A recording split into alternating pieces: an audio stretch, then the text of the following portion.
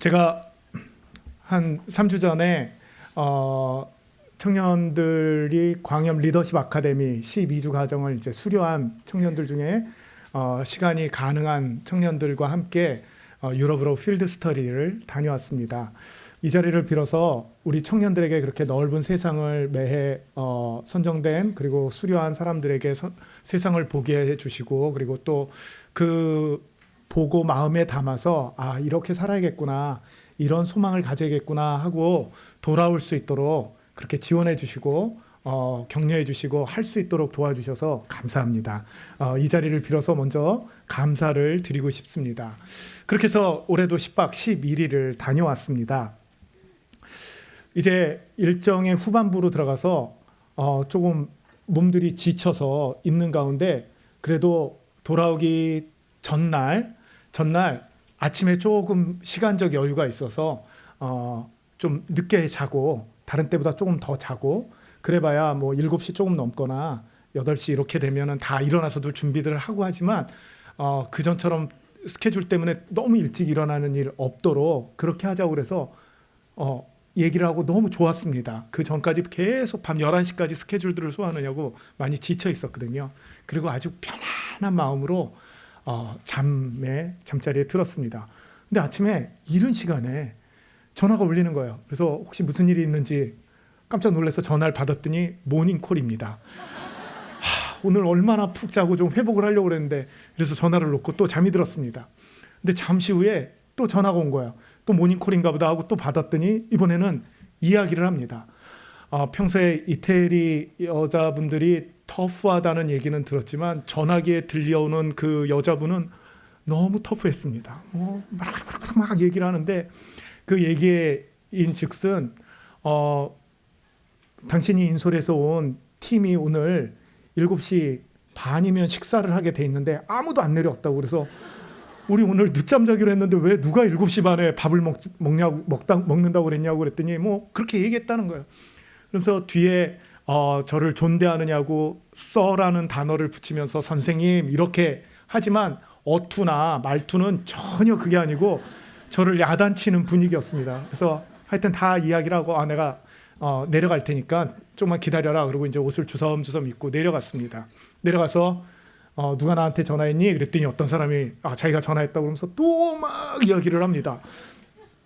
그래서 제가 다 하여튼 이야기를 듣고 난 다음에 나는 그렇게 약속을 한 적이 없는데 어떻게 된 건지 잘 모르겠다. 그리고 우리 오늘은 좀 쉬려고 그렇게 했는데 그냥 아침부터 그렇게 전화하게 되고 그렇게 얘기하니까 그렇다고 이제 이야기를 하고는 제가 그런 얘기를 하니까 마지막으로, 근데 이건 내가 그런 게 아니라 식당에서 밥을 안 먹으러 왔다고 그래가지고 내가 이렇게 얘기하는 거다, 이렇게 얘기를 해요. 그래서 알겠습니다, 내가 이제 식당 가서 얘기를 하겠습니다. 그러고는 이제 식당에 들어갔습니다. 그랬더니 아주 귀엽게 생긴 아주머니 한 분이 아주 웃으면서 저를 반겨맞습니다. 그래서 난 그렇게 약속한 적이 없는데 그렇게 돼서 하여튼 그 아침에 일을 힘들게 해서 미안하다 그랬더니 괜찮다고 그러더니 뭐 하여튼 그렇게 또 잘 대해줘요. 그리고 자기가 그렇게 항의해달라고 얘기했다고. 그래서 하여튼 웃으면서 그러니까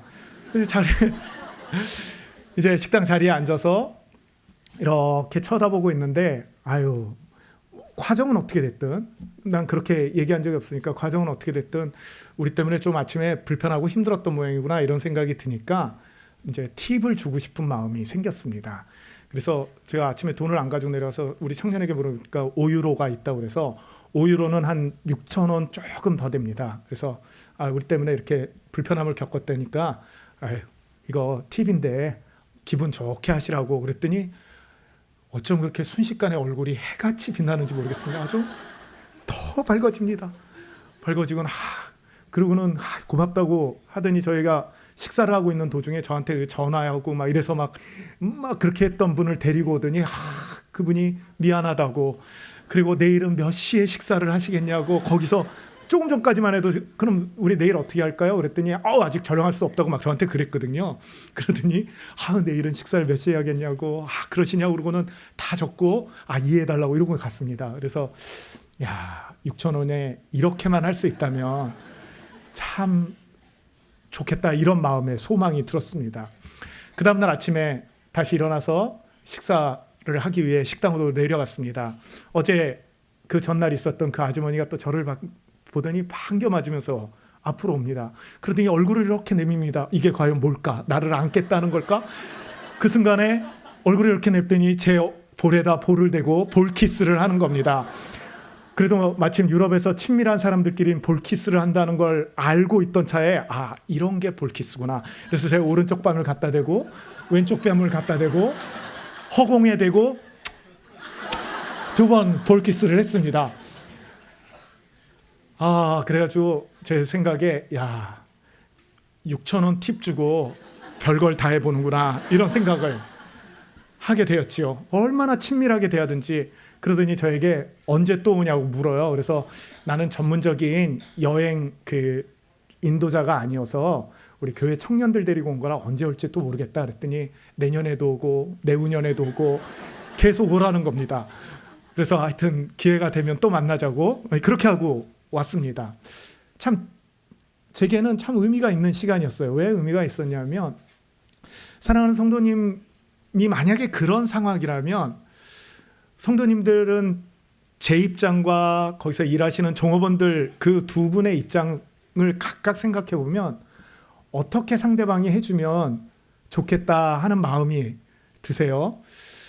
저는 사실 그렇게 약속을 한 적이 없습니다. 그리고 청년들하고 오늘은 좀 쉬어서 피로를 풀고 조별활동 나가자 이렇게까지 얘기했는데 그 아침부터 깨워서 전화기에 소리 지르고 이 사람이 나를 무시하는 건가? 내가 손님인데 어떻게 이럴 수가 있나? 뭐 이런 마음도 들거든요. 또 종업원 입장에서는 이 사람들이 제가 그렇게 비록 안 했어도 이 사람들이 약속을 해놓고 우리를 그 아침에 다 불러놓고 아무도 안 내려와? 이 밥은 다 어떻게 하고 그 다음 손님은 어떻게 하라는 말이야? 이런 생각을 하고 있는 그런 가운데 어떻게 선택을 어떻게 행동을 하시겠어요? 사실 우리가 지내다 보면 우리 인생의 괴로움은요 사실 이 부분 때문에 늘 괴롭습니다. 그 짧은 그 순간에 괴로운 거예요. 그래서 많은 분들이 조금 연세가 있거나 뭐 40대 50대를 지나거나 이러면 많은 분들의 꿈이 은퇴를 하고 에메랄드 바닷빛에 그리고 거기에 딱 편안한 의자에 누워서 종업원들이 가져다주는 음료수를 마시며 노을을 그렇게 보내야겠다. 그럼 얼마나 행복할까? 이런 생각을 하지만 만약에 그런 상황, 꿈에 그리던 상황이었는데 그 안에서 갈등이 생기면 그와 비슷한 갈등이 생기면 사실 그거 별로 의미가 없거든요. 그 순간은 지옥이니까. 그럴 때 우리가 어떻게 할 것인지 이런 부분에 대한 생각이 들었습니다. 사랑하는 성도 여러분, 우리가 직장 생활이 왜 힘들어요? 물론 직장에서 어떤 일을 완수해야 되고 목표한 그 목표치에 달성을 해야 되는 압박도 있지만 사실은 대부분 관계 때문에 그렇습니다. 나는 이런 관계, 이런 대우를 기대했는데 도무지 그런 대우나 그런 관계가 맺어지지 않을 때 힘든 거예요. 그래서 우리가 안타깝지만 자살의 소식을 들으면 대부분 다 관계 때문에 그러는 경우가 훨씬 많아요. 그래서 직장인들에게 통계 조사를 해본 걸 보면 언제가 제일 힘드냐 할 때 나는 열심히 일하는데 내 직장 동료는 열심히 안 한다. 이게 90% 이상이에요. 그런 얘기를 한 사람이. 그러면 이걸 바꿔서 얘기하면 나는 열심히 일하는데 저 사람은 일 안 하고 편안하게 있는데 승진한다. 이런 얘기를 내가 했는데 저 사람도 나를 보면서 똑같이 하는 거예요. 그러니까 사람들이 서로 본인만 계속 힘들다고 생각을 하는 거죠. 나는 이렇게 열심히 하는데 저 사람이 안 해서. 근데 저 사람은 승진하고. 이러니까 그 안에서 마음이 힘들고 어렵고 갈등이 생기는 거죠. 여러분, 가정을 생각하시면 어때요? 가정을 생각하면 남편과 아내 이렇게 있을 때 아내의 괴로움과 외로움과 아픔은 뭐예요? 남편에게 이런 기대감을 가졌는데 남편이 전혀 그렇게 하질 않는 거예요. 남편의 기대감은 뭐예요? 아내가 이렇게 해줄 것을 기대하는데 전혀 그렇게 해주지 않을 때 힘든 거죠. 이런 것을 기대했는데 그렇지 않으면 관계가 어려운 거예요. 제가 우리 남편 성도님들을 만나면 가끔 하는 질문이 있습니다. 아내분이 잔소리를 하면 어떻게 좀 받아들이실만 한가요? 이렇게 물으면 거의 99%의 우리 남편 성도님들은 잔소리 너무 싫어요. 이렇게 얘기합니다. 축복합니다. 사랑하는 아내 여러분, 잔소리 안 하는 은혜가 있기를 축복합니다. 근데 그렇게 답변하는 이제 남편분에게 또 한 가지 질문을 더 합니다. 근데 그 잔소리하는 내용이 맞나요? 라고 물으면 다 대부분 어색한 웃음과 함께 내용은 다 맞지요. 이렇게 얘기합니다. 거의 똑같이. 그러니까 남편들도 아내가 하는 말이 맞다는 걸 알아요. 그런데 그 잔소리에 담긴 그거는 내가 기대하는 바가 아니에요. 그러니까 힘든 거예요. 아내분들의 기대감은 뭐예요? 남편에게 다정한 말 한마디 아니에요? 다정한 말 한마디? 근데 그렇게 안 하죠. 그러니까 그것 때문에 힘든 거예요. 남들이 옆에서 보면 야, 남편 뭣도 잘하고 이것도 하는데 뭐가 그렇게 불만이 많어? 이렇게 얘기할 때 나에게 관심이 없어. 왜요? 나는 남편에게 관심에 대한 기대, 사랑에 대한 기대가 있는데 그것이 없는 가운데 다른 게 의미가 없다는 거예요. 그러니까 이게 방향들이 계속 안 맞으니까 때로 가정생활이 남편과 아내가 힘든 겁니다. 이게 문제예요. 사랑하는 성도 여러분, 이것이 우리의 직장과 가정에서 계속되면 그러면 인생의 의미는 과연 뭐냐? 나는 왜 사니? 왜 이렇게 사는 게 힘드니? 이런 쪽에 집중될 수밖에 없어요. 그런데 오늘 성경에서는 7장 1절에 비판을 받지 아니하려거든 비판하지 말라 이렇게 얘기합니다. 그러니까 비판을 받지 아니하려거든 네가 이 비판과 관련된 것은 실책이나 죄의 문제나 실수나 우리가 용납받아야 되는 그 어떤 것들을 했을 때 얘기하는 거죠. 나는 비판을 받지 않는데 나는 비판을 하고 있어요. 그러면 상대방의 입장에서는 그분도 비판받는 걸 원하지 않는데 저 사람이 비판하니까 힘든 거예요. 내 실책을 지적하고 얘기하고 또 얘기하고 또 얘기하고. 그래서 사랑하는 아내 여러분, 남편들이요, 아내들이 정말 이해 못할, 남편과 관련돼서 정말 이해를 못하는 게 뭐냐 하면 자기가 잘못하고 자기가 화내는 거예요. 참 많은 남편들이 자기가 잘못했어. 그리고 아내가 그거 얘기해. 그럼 화를 내요. 아내들이 헷갈리는 거죠. 아니 자기가 잘못해놓고 왜 화를 낼까? 이 남편들은 잘못한 거 알아요. 근데 아내가 얘기하면 화가 나. 그렇게 대우받고 싶지 않아요. 근데 성경에서 비판을 받지 아니하려거든 비판하지 말라. 그러니까 우리 입장에서는 비판하고 있는데 상대방 입장에서는 나 이거 비판받고 싶지 않은 거야. 그러니까 오늘 성경에서 비판하지 말라 이렇게 이야기를 하고 있죠. 사랑하는 성도 여러분, 우리 실책이나 죄의 문제와 관련해서 비판하지 않는 은혜가 있기를 축복합니다. 그것이 가족이든 우리 주변에 나와 관계되는 어떤 사람일 때 그렇게 하지 않는 은혜가 있기를 축복합니다. 그러면서 성경에서 4절 5절에 이렇게 말씀하십니다. 4절 5절입니다. 시작.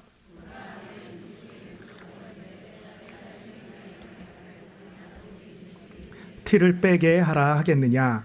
외식하는 자여, 먼저 내 눈 속에서 들보를 빼어라. 그 후에야 밝히 보고 형제의 눈 속에서 티를 빼리라.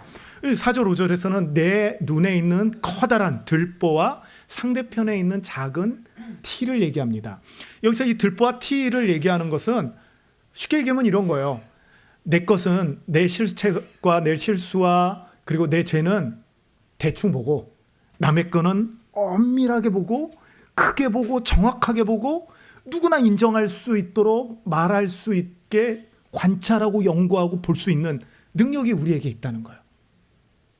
그러니까 이 말씀은 너의 문제를 대충 보지 말라 이 얘기입니다. 그리고 그렇게 하는 사람에 대해서 성경은 오늘 5절에 외식하는 자여 라고 얘기합니다. 그런 사람이 외식하는 사람이라는 거예요. 이 외식이라는 이 성경에 나오는 이 히브리어의 외식이라는 단어는 그 안에 배우라는 뜻이 같이 있어요. 배우. 그러니까 연기하는 거예요. 그러니까 외식하는 건 다른 게 아니라 연기하는 사람을 얘기하는 거예요. 나는 그렇지 않은 것처럼, 나는 그런 사람이 아닌 것처럼 다른 것을 연기하는 거죠. 그래서 우리가 실책과 죄의 문제와 관련해서도 우리가 사실 연기를 엄청 잘합니다. 나는 마치 아무것도 없는 것처럼, 나는 굉장히 깨끗한 것처럼, 나는 그런 건 거들떠도 안 본 사람처럼 연기하는 것을 지금 의식하는 자요. 대충 너의 것을 대충 보는 사람을 그렇게 이야기를 합니다. 제가 청년들을 지도할 때 우리 형제들에게 이런 이야기를 한 적이 있습니다.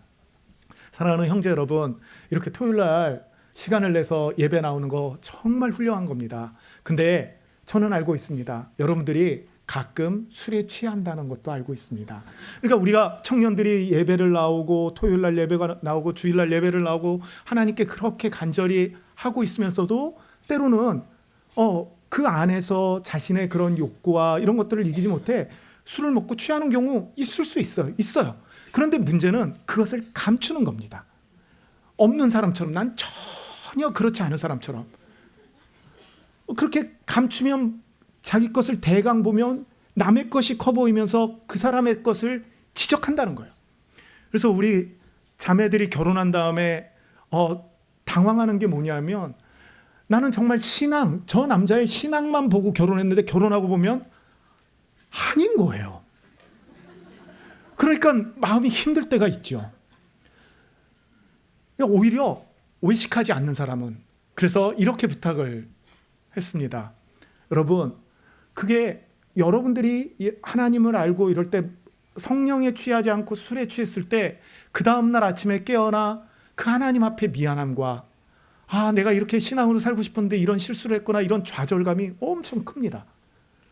그럴 때 우리 지체들에게 나에게 이런 연약함이 있어, 나 정말 너무 힘들어, 나 좀 위해서 기도해줘. 어떻게 보면 정말 하나님께 성령에만 취할 수 있고 술은 안 취했으면 좋겠어. 근데 어느 날 보고 있으면 여전히 그 자리에 앉아서 내가 그러고 있네. 이런 사람은 공동체에 해를 끼치는 경우가 거의 없습니다. 왜냐하면 자기의 들보, 연약함을 알고 있거든요. 근데 그것을 꼭 감추고 있으면 다른 사람이 만약에 그랬다, 큰일 납니다. 큰일 나요. 사랑하는 성도 여러분, 우리 다른 사람들 죄나 실책이나 비판하지 않는 은혜가 있기를 축복합니다. 우리에게도 그런 들보가 있음을 우리가 알고 주님 앞에 고백하는 은혜가 있기를 축복합니다. 그런데 이 말씀 때문에 이런 말씀에 그러니까 인내하고 다른 사람들 오리를 가자 하면 심리를 가고, 이런 하나님이 부탁하신 말씀들이 있기 때문에 우리 크리스찬들에게 어떤 부분이 있냐면요, 늘 잘해야 되는 그 눌림이 있어요. 이래도 참고 이래도 견디고, 이래도 아무 소리 안 하고 저래도 아무 소리 안 하고, 그래 참자, 그래 잘해주자, 내가 어떻게 저 사람을 판단할 수 있겠냐, 이런 마음을 가질 때가 있습니다.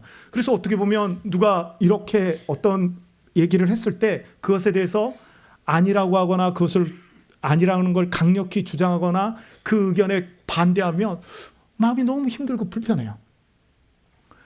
그런데 예수님은 6절에도 말씀을 하십니다. 우리 6절 한번 읽어보겠습니다. 시작.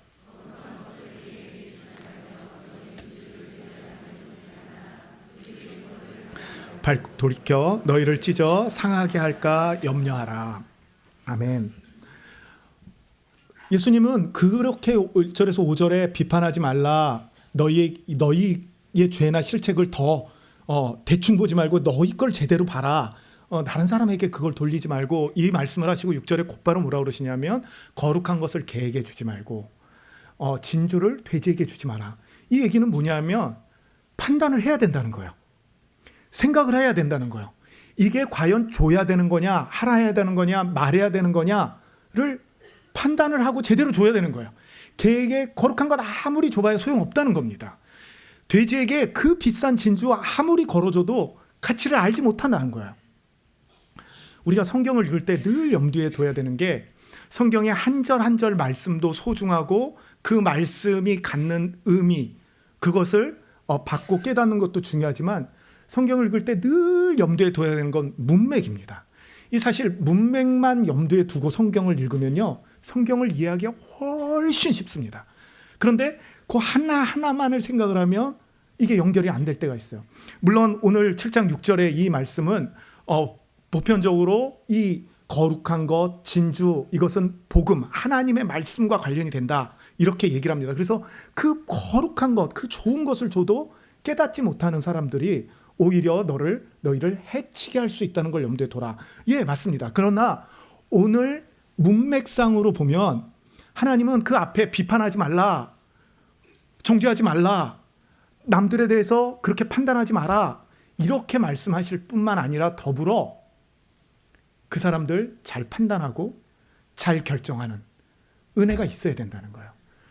돼지인지 개인지, 그래서 거기에 먹이를 줄 건지 거룩한 것을 줄 건지 진주를 줄 것인지 판단이 돼야 제대로 할 수 있다는 겁니다. 그래서 축복합니다. 사랑하는 성도 여러분, 크리스찬들은 뭐든지 다 받아들이고 그렇구나, 옳구나, 맞구나, 그 사람 기분에 맞춰주는, 그렇게 살라고 절대 이야기하지 않습니다.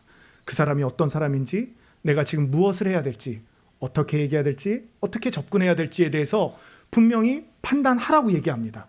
옳지 않다는 겁니다. 개에게 거룩한 것을 주고 돼지에게 진주를 주는 건 맞지 않다. 이것이 개인지 돼지인지 판단을 할 수 있어야 된다는 것입니다. 그렇지 않으면 너희를 도리어 상쾌한다 라고 성경은 얘기합니다. 제가 지난 주간에 어느 어려운 교회를 도와달라는 전화를 받고 그 교회와 통화를 했습니다. 교회가 하나님의 은혜 가운데 잘 성장을 했습니다. 그런데 그렇게 잘 성장하는 가운데 외부에서 몇 사람이 등록을 하면서 우리가 어떤 사람입니다. 그러니까 목사님이 다 믿고 뭘 하는 가운데 이분들이 의도한 대로 사기를 치고 성도들을 대상으로 그렇게 하고 함으로 교회가 거의 와해가 됐어요. 우리가 그리스도인이기 때문에 내가 다 받아들여야 돼. 그래, 난 비난하지 않아, 비판하지 않아, 판단하지 않아, 이렇게 하는 것이 아니라 판단을 해야 됩니다. 그렇게 해야 무엇을 할 수 있을지 결정을 한다는 거예요. 그래서 1절에서 5절 말씀은 너희는 재판관이 되지 마라. 심판자, 재판관은 하나님 한 분이시다. 그 말씀과 더불어 6절에서는 그렇다고 너희가 바보로 살라는 얘기가 아니다. 잘 결정하고 얼간이처럼 살지 말아라. 무엇을 해야 될지, 뭘 줘야 될지 판단할 수 있어야 된다는 겁니다. 제가 어느 날 교회에서 뭘 막 이렇게 만들고 묶고 뭐 이러는 일을 하고 있었습니다. 우리 권사님 중에 한 분이 그 옆에서 이것을 쭉 이렇게 지켜보시더니 제게 말씀하십니다. 목사님, 참 일을 못하시는군요. 이렇게 얘기를 합니다. 제가 일을 잘 못합니다. 그래서 하여튼 못합니다. 제가 손으로 대는 것마다 안 되고요. 뭐 하여튼 잘 안 됩니다. 뭐 하여튼 그래요. 그래서 제 아내가 오죽하면 지금도 전국 알고 뭐 집에 있는 거 저한테 얘기하는 적이 없습니다. 왜냐면 해봤자 당신 손이 더 들어가니까 아예 얘기를 안 합니다. 전 그렇게 얘기할 때 전혀 상처받지 않았습니다. 왜냐하면 제가 못하는 거 알기 때문에 그럽니다. 제가 우리 교회 집사일 때 또 뭘 막 했습니다. 교회에서 뭘 막 하는데 담임 목사님이 이렇게 보더니 저한테 얘기합니다.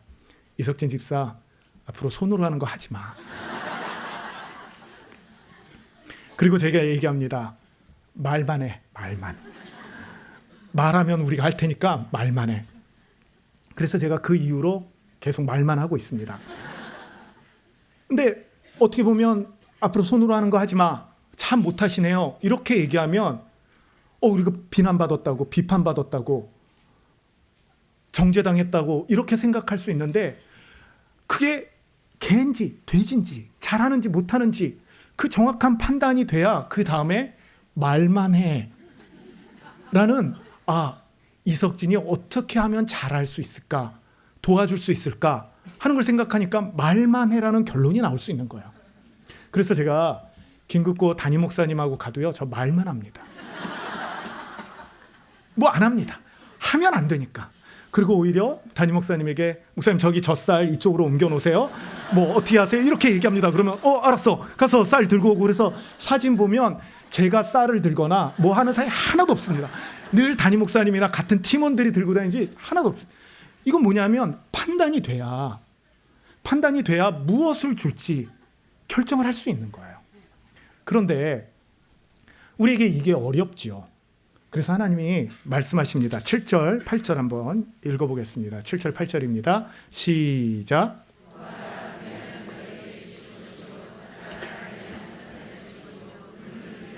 그리하면 너희에게 열릴 것이니 구하는 이마다 받을 것이요 찾는 이는 찾아낼 것이요 두드리는 이에게는 열릴 것이니라. 아멘. 그게 우리가 할 수 있는 영역이 잘 안 되니까 하나님이 구하라, 찾으라, 두드리라 말씀하십니다. 그러니까 이 말씀처럼 우리가 이걸 가지고 기도하면서 이 말씀을 인용해서 우린 구해야 합니다. 찾아야 합니다. 두드려야 합니다. 하나님께서 주실 때까지 그렇게 해야 됩니다. 네, 맞는 말씀이에요. 그런데 우리 본문 안에서 보면 우리에게 이 지혜가 부족하고 이 지식이 부족하기 때문에 우리가 사람들을 비판하지 않고 비난하지 않고 그러나 정확한 판단을 해서 제대로 줄 걸 주려면 하나님께 구해야 되는 거예요. 하나님께 찾아야 되는 거예요. 하나님, 제가 이 사람에게 어떻게 하면 되겠습니까? 저 사람은 어떤 사람입니까? 저 사람은 어떻게 도와줘야 되는 사람입니까? 하나님, 제게 그런 지식과 지혜가 필요합니다. 하나님, 제게 그 지혜와 지식을 허락해 주십시오. 구하라는 거예요. 찾으리라는 거예요. 두드리라는 거예요. 사랑하는 성도 여러분, 그것 때문에 하나님 앞에 구하며 기도하신 적이 있으세요? 우리는 하나님께 필요한 것을 구해야 합니다. 근데 대부분 필요한 것이 당장 뭐 이런 겁니다. 예를 들면 하나님, 저 이거 내일까지 팔아야 합니다. 이 물건 팔게 해 주십시오. 하나님, 저 이사 가야 합니다. 이 이사 갈 때 돈이 부족합니다. 돈을 좀 주십시오. 이렇게 기도할 수 있습니다.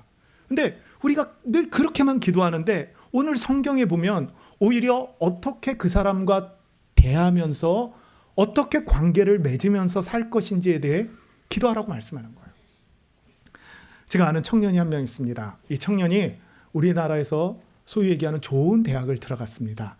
좋은 대학을 들어갔는데 이 청년은 자기가 그렇게 들어갈 수 있는 사람이 아닌데 어떻게 들어갔을까 하는 생각을 좀 합니다. 은혜가 있다는 거죠.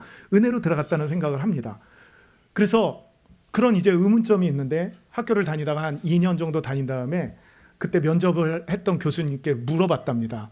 근데 교수님, 제가요 아직도 잘 이해가 안 되는데 제가 면접을 어떻게 통과하고 점수를 받아서 합격했을까요? 이러고 물어봤대요. 이 교수님이 이렇게 대답하더랍니다. 네가 좋게 보였어. 그게 끝이에요.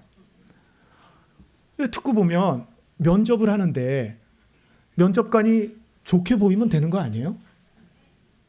근데 우리는 기도할 때 하나님 면접을 잘 보게 하시고 면접을 잘 보게 하시고 합격하게 하시고 이러는데 어떻게 그 사람의 마음과 이것이 될지에 대한 것은 별로 신경을 안 써요. 장사가 되게 해달라고 그러는데 그 되게 해줄 때 이런 거잖아요. 어떤 사람을 만났는데 이 물건이 이렇고 저렇고 한데 물건이 너무 좋아요. 근데 그 사람이 그 물건이 싫으면 장사는 안 되는 거예요. 근데 그 사람이 봤는데 그냥 좋아 보이는 거예요. 그러면 장사는 계속 잘 되는 거 아닐까요? 그러니까 우리가 하나님 앞에 살면서 사실 많이 기도하고 아뢰고 해야 될 부분은 사람들과의 관계 속에서 그 사람을 어떻게 대하고 어떻게 판단하고 어떻게 결정해서 무엇을 얘기하고 무엇을 접근할지, 이게 우리에게 굉장히 중요합니다. 어떻게 보면 그게 우리의 삶의 거의 대부분일 수도 있어요. 그것만 되면 매일 천국 아니겠어요? 하나님이 어디를 가나 우리를 좋게 보는 사람들 투성이고 가득이면 우리 인생에 이 땅에서 사는 동안 무엇이 걱정이겠습니까? 그래서 하나님이 말씀하십니다. 90, 11절, 3절 우리 같이 한번 읽어보겠습니다. 시작.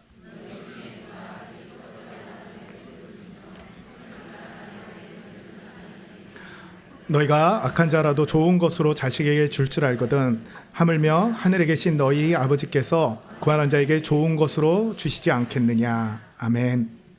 이 땅에 있는 아버지도 악한 아버지, 밖에서는 악하다는 소리를 듣는 아버지도 자식에게 좋은 것을 주는 걸 우리가 아는데 하물며 하나님께서 너희에게 좋은 것으로 주지 않겠느냐.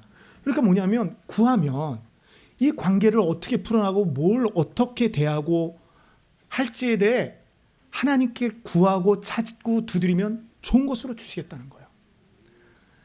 사랑하는 성도 여러분, 어떤 관계가 견고하고 너무 단단해서 이제는 틀렸다라고 생각되는 경우 있습니까? 정말 하나님께 구하셔야 돼요. 그럼 하나님이 좋은 것으로 주세요. 누가복음에서 이 좋은 것 성령을 주시지 않겠느냐 이렇게 말씀하시죠. 하나님이 성령을 주시면 사람의 영인 석진이의 영으로는 판단하고 결정하고 말하는 방법을 알 수 없지만 하나님이 영에 우리 안에 들어오시면 그것을 좋게 판단하고 결정하고 말할 수 있는 지혜를 주시는 겁니다. 우린 그걸 믿는 거예요. 그렇기 때문에 12절에 그러므로 이렇게 얘기합니다. 이렇게 하나님이 너희가 구하고 찾고 두드리면 주시고 열리고 주시기 때문에 그 좋으신 하나님을 믿음으로 무엇이든지 대접받고자 하는 대로 대접해라 하는 겁니다. 그러면 하나님이 좋은 것으로 주시는 거예요. 사랑하는 성도 여러분, 너무 놀랍지 않습니까?